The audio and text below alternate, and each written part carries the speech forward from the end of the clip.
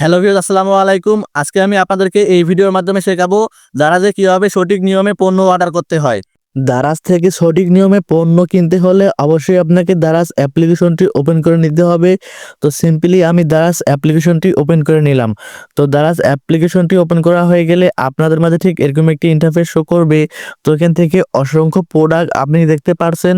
তো এখান থেকে আপনি চাইলে যে কোনো প্রোডাক্ট কিনতে পারবেন।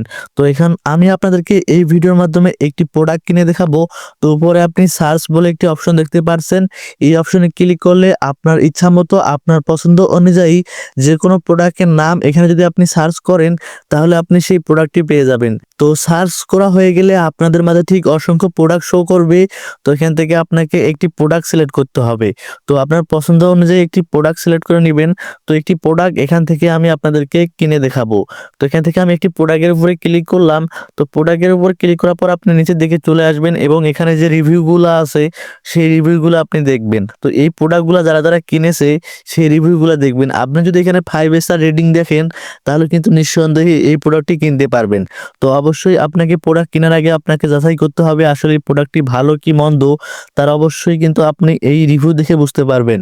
যদি রিভিউ ঠিকঠাক ভালো মতো থাকে তাহলে বুঝতে পারবেন যে এই প্রোডাক্টটি আসলেই ভালো, এই প্রোডাক্টটি কিনা যায়। তো অবশ্যই আপনাকে সর্বপ্রথমে আপনাকে রিভিউগুলো চেক করে নিতে হবে।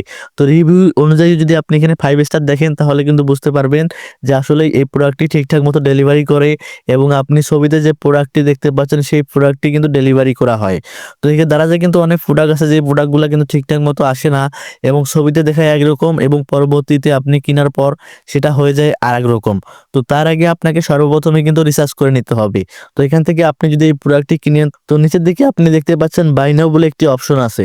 তো বাই নাও অপশনে যদি আপনি ক্লিক করেন তো এখান থেকে আপনি কালার দেখতে পারবেন। আপনি কোন কালারের টি শার্টটি অর্ডার করবেন। তো এখান থেকে আমি ব্ল্যাকটা সিলেক্ট করলাম। ব্ল্যাকটা সিলেক্ট করার পর এখান থেকে আপনি সাইজ সিলেক্ট করতে পারবেন। তো এখান থেকে আমি এম এল আছে, আমি এখান থেকে আমি এম সিলেক্ট করলাম। এম সিলেক্ট করার পর এখান থেকে বাই নাও ক্লিক করলাম। তো এখান থেকে আমি প্লিজ অর্ডারে ক্লিক করলাম।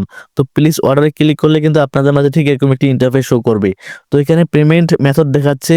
এখান থেকে আপনি চাইলে বিকাশের মাধ্যমে পেমেন্ট করতে পারবেন, নগদের মাধ্যমে পেমেন্ট করতে পারবেন এবং ক্যাশ অন ডেলিভারি। তো আপনারা অবশ্যই চেষ্টা করবেন ক্যাশ অন ডেলিভারিতে অর্ডার করার জন্য, কারণ আপনার অর্ডারটা হওয়ার পর আপনার হাতে পণ্য পাওয়ার পর কিন্তু আপনি পেমেন্ট করবেন। তো এখান থেকে সিম্পলি আমি ক্যাশ অন ডেলিভারিতে সিলেক্ট করে দিলাম। এখান থেকে আমি যদি কনফার্ম অর্ডারে ক্লিক করি তো এখান থেকে দেখতে পাচ্ছেন আমার কত টাকা মোট খরচ কাটবে এবং কত টাকা নেবে তার পুরো প্রসেসটি কিন্তু এখান থেকে দেখতে পাচ্ছি।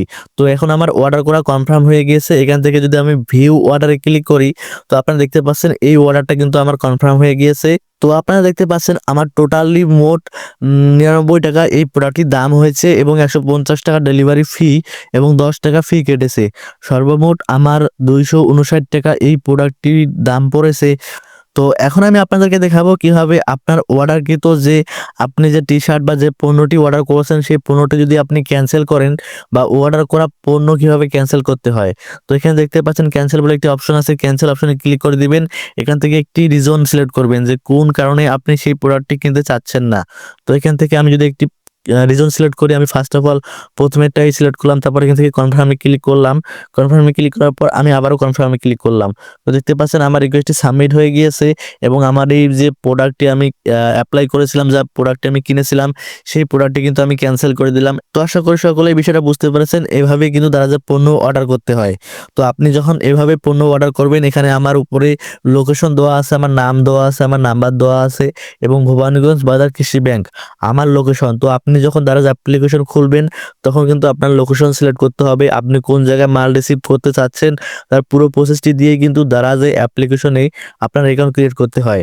আপনি যদি দারাজ অ্যাপ্লিকেশনে অ্যাকাউন্ট ক্রিয়েট করতে না পারেন তাহলে অবশ্যই কমেন্টের মাধ্যমে জানাবেন। আমি নতুন আরেকটি ভিডিও দেবো যেই ভিডিওর মাধ্যমে আমি বুঝাই দিব আপনাদেরকে কিভাবে দারাজ অ্যাপ্লিকেশনে অ্যাকাউন্ট ক্রিয়েট করতে হয়। তো ভিউয়ার্স, আশা করি সকলে বিষয়টা বুঝতে পেরেছেন। ভিডিওটা যদি ভালো লাগে থাকে অবশ্যই লাইক কমেন্ট শেয়ার করবেন।